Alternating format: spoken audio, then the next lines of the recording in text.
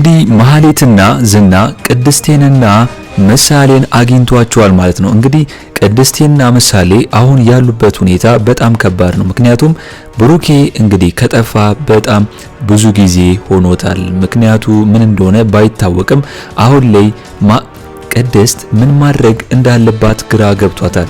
ምሳሌም እንግዲህ ብሩኬን በጣም ናፍቀዋለች። ዝና እንዳለው ከሆነ ብሩኬ በጣም ከባድ ነገር ውስጥ ገብቷል። እንግዲህ እንዳየነው ዝና ለማህሌት እየነገራት የነበረው ምንድነው? ብሩኬ ምሳሌን ለማሳከም ሲወጣ ብሩኬ ቤቱን እንዳልሸጠውና በምሳሌ ስም ቤቱን እንዳረገው ለማህሌት ነግሯታል። እንግዲህ ብሩኬ ምሳሌ ይዟ ሲወጣ ቤቱን ሳይሸጥ እንደወጣና ሲወጣ ግን ከባድ ነገር እንዳደረገ እና ከባድ ስራም እንደሰራ ነግሯታል። በጣም ወንጀል የሆነ ስራ። እሱ ወንጀል የሆነው ስራ ምንድነው? ከባድ ኮኬን የሆነ ነገር እንግዲህ ወደ ውጪ ይዘውለት እንዲወጡና የምሳሌን ሙሉ ወጪ ለመሸፈን ተስማምተው ነበር። ብሩኬ ግን ያደረገው ምንድነው? ያንን ኮኬን እዛው ሀገር ውስጥ እንግዲህ ወንጀል የሆነ ነገር ነው። ያንን እጽ እዛው ሀገር ውስጥ ጥሎ እንግዲህ ብሩኬ ምሳሌን አሳክሟት መጥቷል ማለት ነው። ስለዚህ አሁን ላይ ብሩኬ ተፈላጊ ነው። እነዛ ሰዎች የነሱን ስራ ስላልሰራላቸው አሁን ላይ ብሩኬን ይፈልጉታል ማለት ነው። ለዛም ነው እንግዲህ ብሩኬ የጠፋው የሚመስለኝ። እነሱ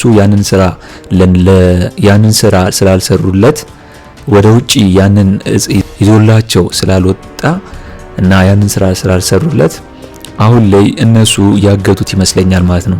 እንግዲህ ሌላው ሞገስና ሉላ አንድ ላይ ሆነዋል በስተመጨረሻ። ዝና ያንን ሰውዬ ቀጥሮ እንግዲህ ሞገስና ሉላን ለመያዝና ያሉበትን ለማወቅ እንግዲህ እዛው ቀን ከሌሊት እየጠበቃቸው ቢሆንም ነገር ግን በዳጣ አማካኝነት ሞገስና ሉላ ከዛ ቦታ አምልጧል ማለት ነው። አሁን ላይ ዝና በጣም ነው እንግዲህ እየተናደደ ያለው። ምክንያቱም ሉላ ከሞገስ ጋር ከሆነች በጣም አሁን ወደ 2 ሳምንት ሊሆነው ነው ማለት ነው።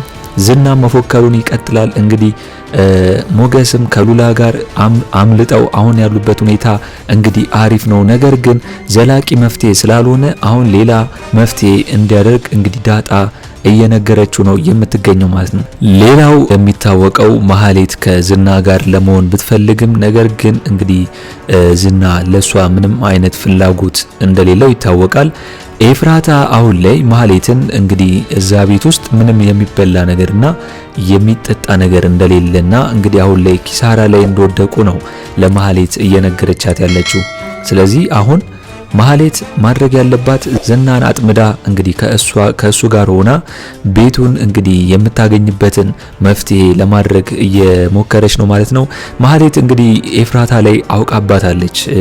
ማህሌት ሲሳካላት ብቻ ወይም ደግሞ ሲሳካልኝ ብቻ ነው ከኔ ጋር የምትሆኙ ብላ ኤፍራታን ነግራታለች ማለት ነው። ኤፍራታም እንግዲህ ራሷን ነጻ አውጥታ ማህሌትን እዛ ጉድ ውስጥ በመክተት እሷ ሲሳካለት ብቻ እሷም አብራ በርቺ እንደምትላት ነው ማህሌት እንግዲህ የተገነዘበችው ኤፍራታን ስታያት ማለት ነው። ስለዚህ አሁን ማህሌት ምን ማድረግ አለባት? እንግዲህ ዝና እንዳላት ብሩኬ ላይ ያላትን ክስ በሙሉ እንደገና ልትጀምር ነው ማለት ነው። ስለዚህ ብሩኬ እንግዲህ ቤቱን ስላልሸጠው ቤቱ በምሳሌ ስም እንደሆነና የተባለው ነገር እንዳልሆነ ሲገባት ማህሌት እንደገና ያንን ቤት ለመግዛት ወይም ደግሞ ያንን ቤት ከእንደገና ብሩኬን ለመካፈል ክሷን ልትጀምር ነው ማለት ነው እንደገና። ስለዚህ አሁን ዝና በማህሌት ተጠቅሞ ያንን ቤት ለማግኘት እሱም እየታጠረ ነው። እንግዲህ ዝና እስከዛሬ ድረስ ለሉላ ብሎ ማህሌትን እዚህ ነገር ውስጥ ካስገባት እንግዲህ ቆየት ሰንበት ብሏል። ማህሌትም ደግሞ ሞገስን ከገደለችው ዝና ቤት እንደሚገዛላት ስላላት ነው እንግዲህ ዝና እየተጠቀመባት እንደሆነ ማህሌት አታውቅም። ነገር ግን ማህሌት ያንን ነገር አገኛለሁ ብላ ነው እየሰራች ያለችው። ነገር ግን አሁን ላይ ብሩኬ ያንን ቤት እንዳልሸጠው ስትሰማ ማህሌት ያንን ቤት እንግዲህ ተመልሳ ክሱን እንደገና እንዳዲስ ለመክፈትና ለመከራከር ወስናለች ማለት ነው። ቤቱን ለመውረስ ወይም ደግሞ የራሷ ለማድረግ እንግዲህ ኤፍራታ ማህሌትን እያለቻት ነገር ምንድነው?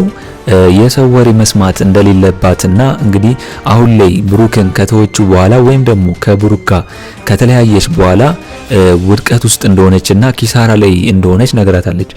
ጭራሽ ኤፍራታ ምንድነው ያለቻት? እንግዲህ በጣም ኤፍራታ አንዳንዴ የሚያስቅ ነገር አለት። ምንድነው ያለቻት?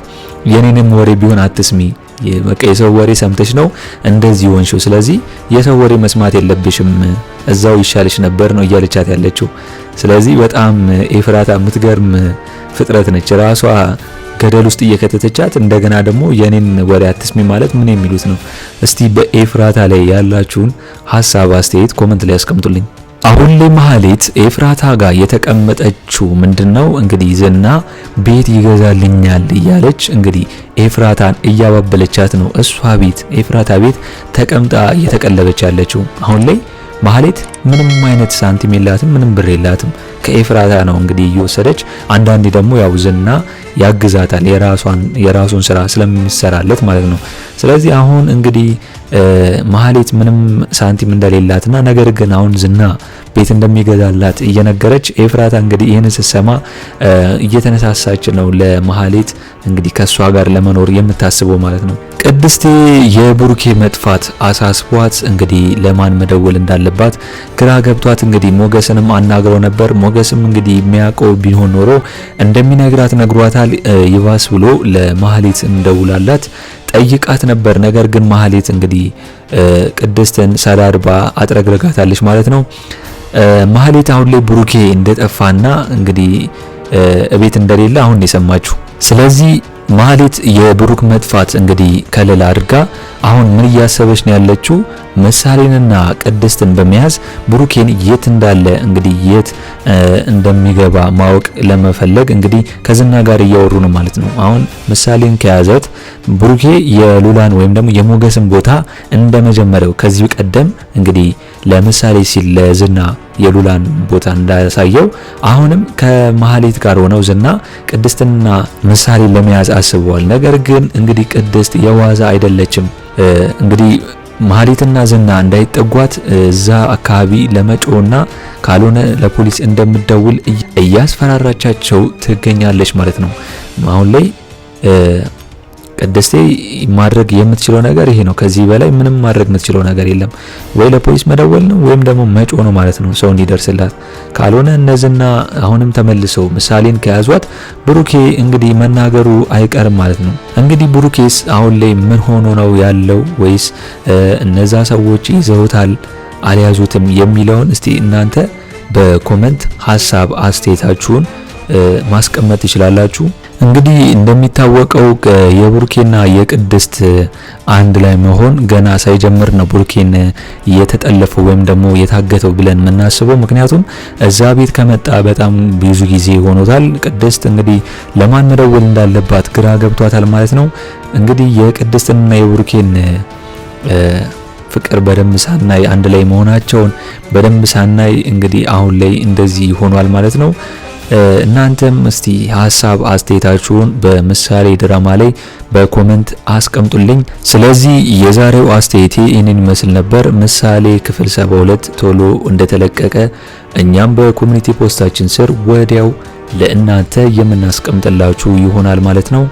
ለቻናሌ አዲስ ከሆናችሁና ሰብስክራይብ ያላደረጋችሁ ካላችሁ ሰብስክራይብ በማድረግና የደወል ምልክቱን በመጫን ቤተሰብ እንድትሆኑን በአክብሮት እንጋብዛለን። በቀጣይ ክፍል እስከምንገናኝ ድረስ መልካም ቆይታ ይሁንላችሁ። ቻው ቻው።